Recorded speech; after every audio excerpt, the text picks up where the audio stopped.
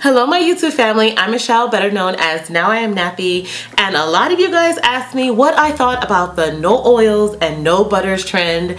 And so today I'm actually going to talk about the science behind oils and butters and how they affect our hair. And then at the end, y'all, I'm gonna give you my opinion on this new trend.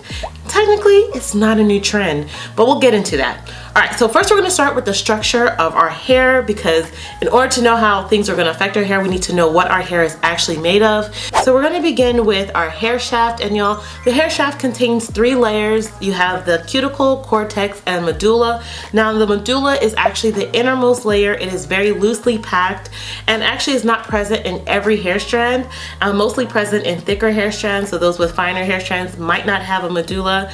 And the medulla is said to contain our mitochondria DNA, which is passed on from mother to child.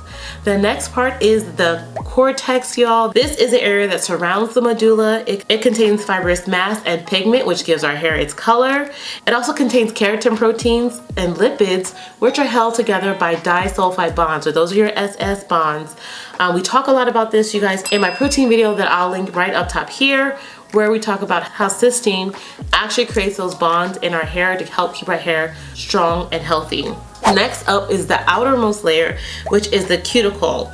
So now this layer should lay flat, and it contains actually like scales, kind of like how fish scales are, and they kind of lay over each other. And those scales can either lift or lay flat according to what we are currently doing to our hair. Now in this cuticle layer, there's an outermost layer called the epicuticle, which contains the lipoprotein membrane.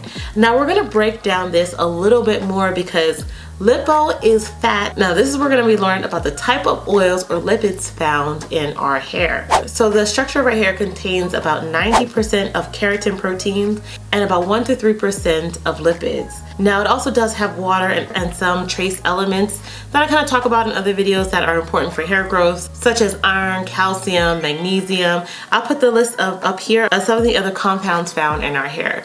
But of course today, y'all know we are going to dive into the lipids of our hair, okay? So first I want to talk a little bit about hair sebum, and then I'll dive into actually the lipids found within the structure of our hair.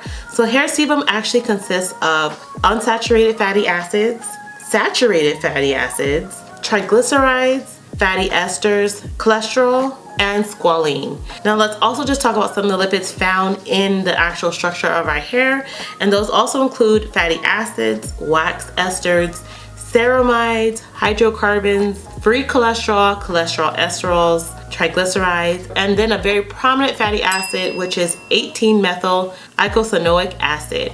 Now y'all, I actually did a blog post on 18-MEA back in 2018, because this is actually a very, very important fatty acid that once it's depleted in your hair cannot be replaced, okay? So once it's gone, it's gone. So let's just dive into these different compounds and the type of oils or butters that contain these elements that are essential to keeping our hair moisturized, because they either help lock in moisture or they prevent moisture from escaping our hair. Okay, so let's just dive in a little bit about 18-MEA, because it is a substantial portion of the lipids found at the surface of the outer cuticle of our hair, and it provides a hydrophobic or repels water from the hair shaft and helps to keep our hair smooth and healthy.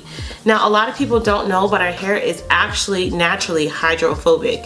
So the 18-MEA again surrounds the outer layer of the cuticle, and it helps keep the inner hydrophilic or water-loving proteins moisturized.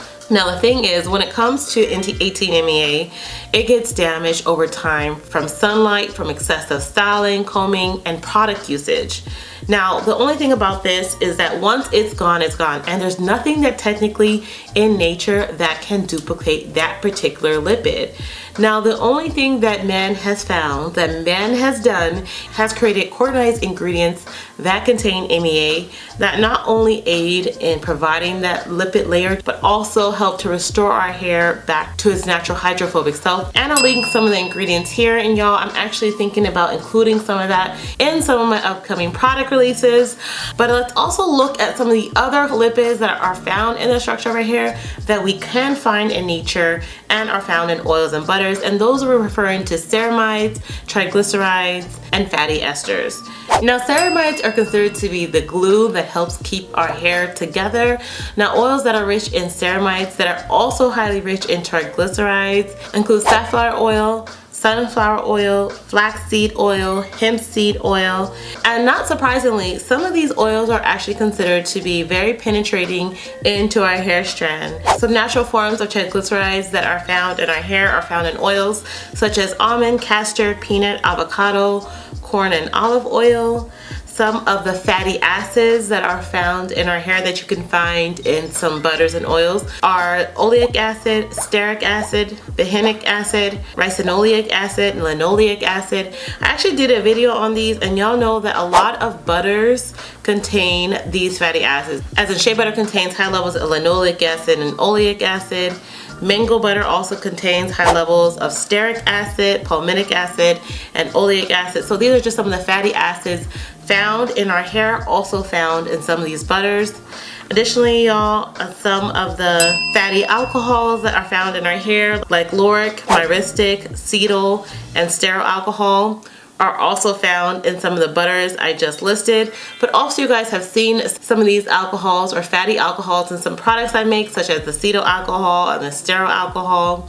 Now, some of the natural waxes out there, such as beeswax and jojoba oil, are also great substitutes for the natural waxes found in our hair. Now that you have a list of these oils, you guys, now of course this is not a fully extensive list.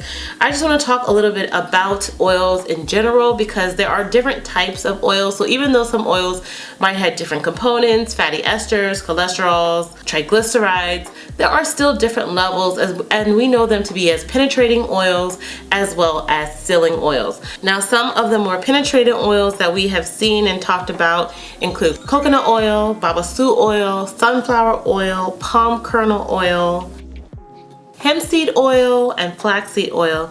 Now, some of the other oils that may have little penetration are like rice bran oil, mineral oil, and even jojoba oil.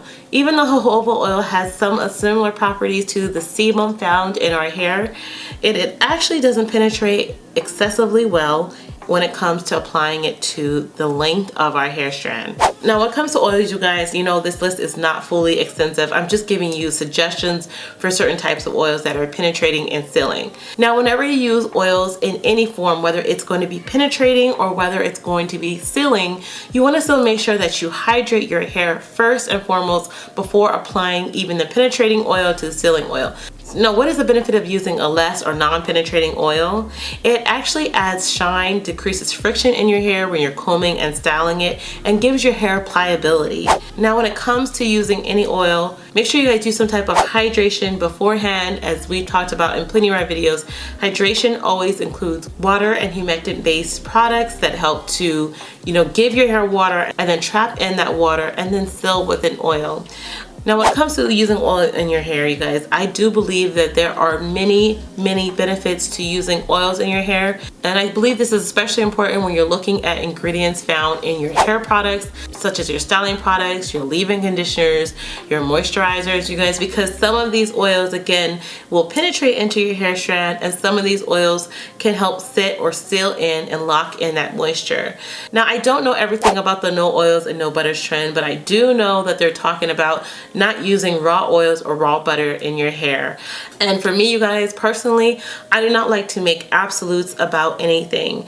And I'm a firm believer of doing what works best for you. So there are some people that will do very well with having minimal oils in their hair, and some people that will do excessively well with having additional added oils or butters to their hair.